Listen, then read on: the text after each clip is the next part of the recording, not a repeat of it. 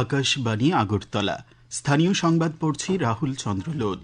এখনকার বিশেষ বিশেষ খবর হল, আসন্ন এডিসি নির্বাচনে প্রার্থীদের মনোনয়নপত্র দাখিলের প্রক্রিয়া আজ শেষ হয়েছে।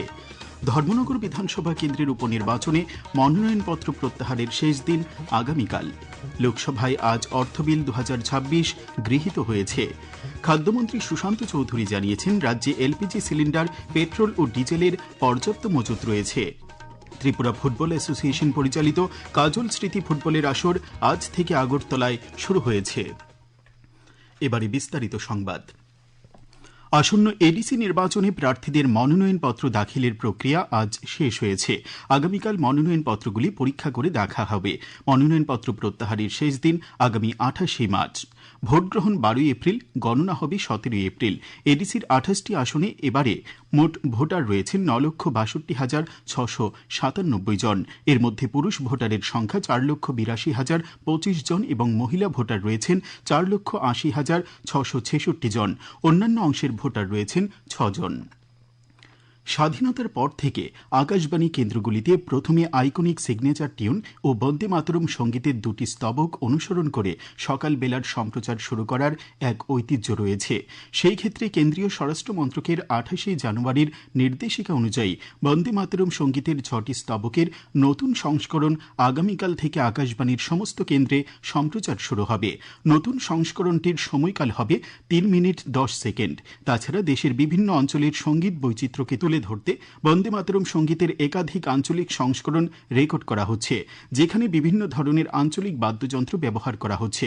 সংশ্লিষ্ট রাজ্যের আকাশবাণী কেন্দ্রগুলি এই আঞ্চলিক সংস্করণগুলি সম্প্রচার করবে।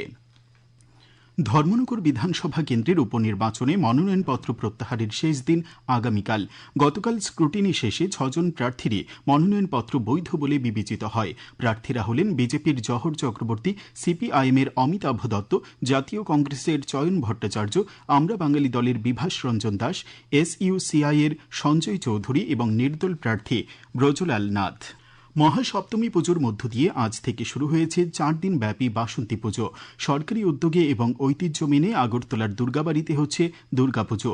এছাড়াও বিভিন্ন ক্লাব ও বাড়ি ঘরে চলছে ধর্মীয় রীতিনীতি মেনে মায়ের আরাধনা। প্রসঙ্গত, শরৎকালে দেবীর অকাল বোধন হলেও বসন্তকালে অনুষ্ঠিত হয় এই বাসন্তী পুজো, যা কালীর পুজো নামে প্রচলিত। 3 দিন ব্যাপী ব্রহ্মকুণ্ড মেলা ও প্রদর্শনী আজ থেকে সিমনার ব্রহ্মকুণ্ডে শুরু হয়েছে। উদ্বোধন করেন পশ্চিম ত্রিপুরা জেলা পরিষদের ভারপ্রাপ্ত সভাধিপতি বিশ্বজিৎ শীল। ঐতিহ্যবাহী এই মেলায় সরকারি ও বেসরকারি উদ্যোগে বহু স্টল খোলা হয়েছে। উপস্থিত ছিলেন মোহনপুর পঞ্চায়েত সমিতির চেয়ারম্যান রাকেশ দে। রাজ্য বিদ্যুৎ নিগম লিমিটেডের ব্যবস্থাপক অধিকর্তা বিশ্বজিৎ বসু আজ জানিয়েছেন, সাম্প্রতিক প্রাকৃতিক দুর্যোগে বিদ্যুৎ নিগমের ক্ষয়ক্ষতির পরিমাণ প্রায় 2 কোটি টাকা। রাজ্যের 8টি জেলাতেই বিদ্যুৎ পরিকাঠামোর ক্ষতি হয়েছে। এর মধ্যে সবচেয়ে বেশি ক্ষতি হয়েছে ধলাই, ঊনকোটি এবং খোয়াই জেলায়। তিনি জানান, গত 13 মার্চ থেকে 22 মার্চ পর্যন্ত ঝড় বৃষ্টিতে রাজ্য জুড়ে প্রায় 90 কিলোমিটারেরও বেশি পরিবাহী তার সম্পূর্ণ ক্ষতিগ্রস্ত হয়েছে। তাছাড়া 400রও বেশি বৈদ্যুতিক খুঁটি ভেঙে পড়েছে এবং 37টি ট্রান্সফরমার সম্পূর্ণ অকেজো হয়ে গেছে। আসন্ন এডিসি নির্বাচনে আইপিএফটি মোট 28টি আসনের মধ্যে 26টি আসনে প্রতিদ্বন্দ্বিতা করবে। ইতিপূর্বে আইপিএফটির পক্ষ থেকে 9টি আসনে প্রার্থীদের নাম ঘোষণা করা হয়েছিল। আজ দলের সভাপতি প্রেম কুমার ডিয়াং আরও 17টি আসনের প্রার্থীদের নামের তালিকা ঘোষণা করেন। এই খবর আপনারা শুনছেন আকাশবাণীর আগরতলা কেন্দ্র থেকে। আকাশবাণীর সংবাদের আপডেট পেতে লগ ইন করুন www.newsonair.com এবং নিউজ অন এআইআর অ্যাপ এবং টুইটার ও ফেসবুক প্ল্যাটফর্মে এআইআর নিউজ এলার্টসে। ইউটিউবে লক্ষ্য করুন নিউজ অন এআইআর অফিসিয়ালে। এছাড়াও আকাশবাণী আগরতলার সংবাদ আপডেট পেতে দেখুন টুইটার বা এক্স হ্যান্ডেলে আকাশবাণী নিউজ আগরতলা, ফেসবুকে এআইআর নিউজ আগরতলা এবং ইউটিউবে আকাশবাণী নিউজ আগরতলা। লোকসভায় আজ ধ্বনি ভোটে অর্থবিল 2026 গৃহীত হয়েছে। এই বিলের মাধ্যমে 2026-27 অর্থবর্ষের জন্য কেন্দ্রীয় সরকারের আর্থিক প্রস্তাবগুলো কার্যকর করা হবে। আজ লোকসভায় 2026 সালের অর্থবিলের উপর আলোচনার জবাবে কেন্দ্রীয় অর্থমন্ত্রী নির্মলা সীতারামন বলেছেন যে সরকার ক্ষুদ্র ও মাঝারি শিল্প, কৃষক এবং সমবায়গুলিকে শক্তিশালী করছে, কারণ তারাই দেশের কর্মসংস্থান সৃষ্টি, উৎপাদক এবং সার্বিক উন্নয়নের কেন্দ্রবিন্দুতে রয়েছে। অর্থমন্ত্রী আরও বলেন, বলেন, প্রধানমন্ত্রী নরেন্দ্র মোদীর নেতৃত্বে ভারত সংস্কারের এক্সপ্রেস ট্রেনে চড়ে চলছে। তিনি বলেন, এই বিলটি জীবনযাত্রার মান উন্নয়ন এবং করদাতাদের দুর্ভোগ কমানোর উপর গুরুত্ব আরোপ করছে। India is riding on the Reform Express under the leadership of Honorable Prime Minister Shri Narendra Modi, and this finance bill of 2026-27 therefore rests on 5 clear principles. First one is there is a trust-based tax administration that is being improved upon. Actually, we are reducing unnecessary hardship for honest taxpayers. প্রধানমন্ত্রী নরেন্দ্র মোদী আগামী 29 March রবিবার সকাল 11টায় আকাশবাণীর মন কি বাত অনুষ্ঠানে দেশ বিদেশের জনগণের সঙ্গে মত বিনিময় করবেন।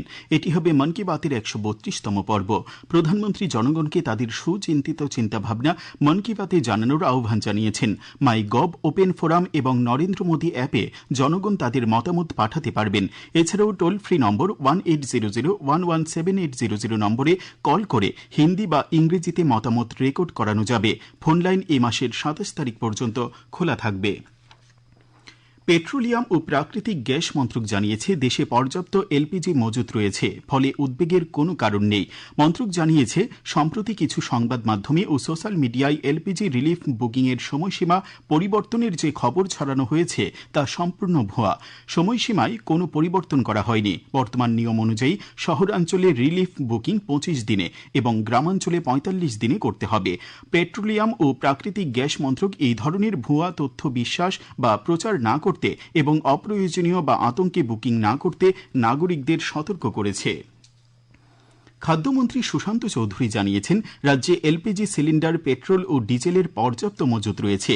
এই সমস্ত সামগ্রীর ঘাটতি রয়েছে বলে কোনো ধরনের গুজবে বিভ্রান্তি না হতে তিনি জনগণের প্রতি আবেদন জানিয়েছেন। আজ আগরতলার প্রজ্ঞা ভবনে জ্বালানি সামগ্রীর ডিলারদের নিয়ে এক রাজ্যভিত্তিক পর্যালোচনা বৈঠকে খাদ্যমন্ত্রী বলেন, মধ্যপ্রাচ্যে চলমান অস্থিরতা সত্ত্বেও রাজ্যে এলপিজি সিলিন্ডার, পেট্রোল ও ডিজেলের সরবরাহ স্বাভাবিক রয়েছে। বৈঠকে তিনি বলেন, রাজ্যের কোথাও জ্বালানি সামগ্রীর কালোবাজারি ও বেআইনি মজুত করলে সেই ক্ষেত্রে সংশ্লিষ্টদের বিরুদ্ধে কঠোর ব্যবস্থা নেওয়া হবে। ত্রিপুরা ফুটবল অ্যাসোসিয়েশন পরিচালিত কাজল স্মৃতি ফুটবলের আসর আজ থেকে আগরতলায় শুরু হয়েছে। উমাকান্ত মিনি স্টেডিয়ামে সুধন্য দেববর্মা স্মৃতি স্কুল কোচিং সেন্টার ও আগরতলা সিটি ফুটবল ক্লাবের মধ্যে অনুষ্ঠিত উদ্বোধনী খেলাটি 1-1 গোলে ড্র হয়। এর আগে প্রাক্তন ফুটবলার সুশান্ত দে আসরের উদ্বোধন করেন। উমাকান্ত একাডেমির প্রধান শিক্ষক দুলাল দেবনাথ ও টিএফ এর সভাপতি প্রণব সরকার উপস্থিত ছিলেন। ত্রিপুরা ক্রিকেট অ্যাসোসিয়েশন পরিচালিত ঘরোয়া সুপার ডিভিশন লিগ ক্রিকেট প্রতিযোগিতার আজ 3টি খেলা হয়।